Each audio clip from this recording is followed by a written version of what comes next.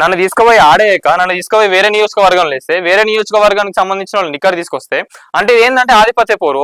ఈ పెద్ద మనిషి ఈడపోయి ఆ నియోజకవర్గంలో పోయి అక్కడ క్యాంపెయిన్ చేస్తే ఆయనకు ఫ్యూచర్ లో మంచి స్కోప్ ఉంటుంది, ఆయన మళ్ళీ ఫ్యూచర్ లో సీట్ ఇస్తారు, ఆయనకు గెలుస్తారని చెప్పి ఈయనని అంటే నన్ను ఇక్కడ ఉండనియకుండా వేరే దాంట్లో పడేసాడు. లేదా నాకు అక్కడ పోస్ట్ ఇవ్వలేదు, నాకు అక్కడ పోయి క్యాంపెయిన్ చేయడానికి పర్మిషన్ ఇవ్వలేదు.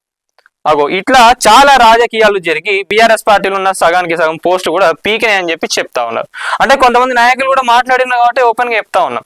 నాకు అక్కడ పర్పత్ ఉన్నప్పుడు నేను ఆడబోయి ఉండాలి, కానీ నన్ను ఏడన వాడేస్తే నా ప్లేస్ లో వేరే వాళ్ళని వేస్తే ఎట్లా గెలిపిస్తారు? వాళ్ళైనా ఆడబోయి ఎట్లా మాట్లాడగలుగుతారు? వాళ్ళకు ఆ చొచ్చుకోపోవడం అనేది కొంచెం హార్డ్ గానే ఉంటది కదా అక్కడ ఉన్న జనాలతోటి. సో ఇట్లాంటివి చాలా కూడా జరిగినాయి బీఆర్ఎస్ పార్టీ మన ఎలక్షన్స్ అప్పుడు కానివ్వండి దేనికైనా కూడా. మరి ఎవరు అస్మదీవులే అసలు దొంగలు? ఎవరా దొంగలు? బీఆర్ఎస్ ను ఓడించింది కాంగ్రెస్ కాదు, బీఆర్ఎస్ ఓటమికి సొంత నేతలే కారణం.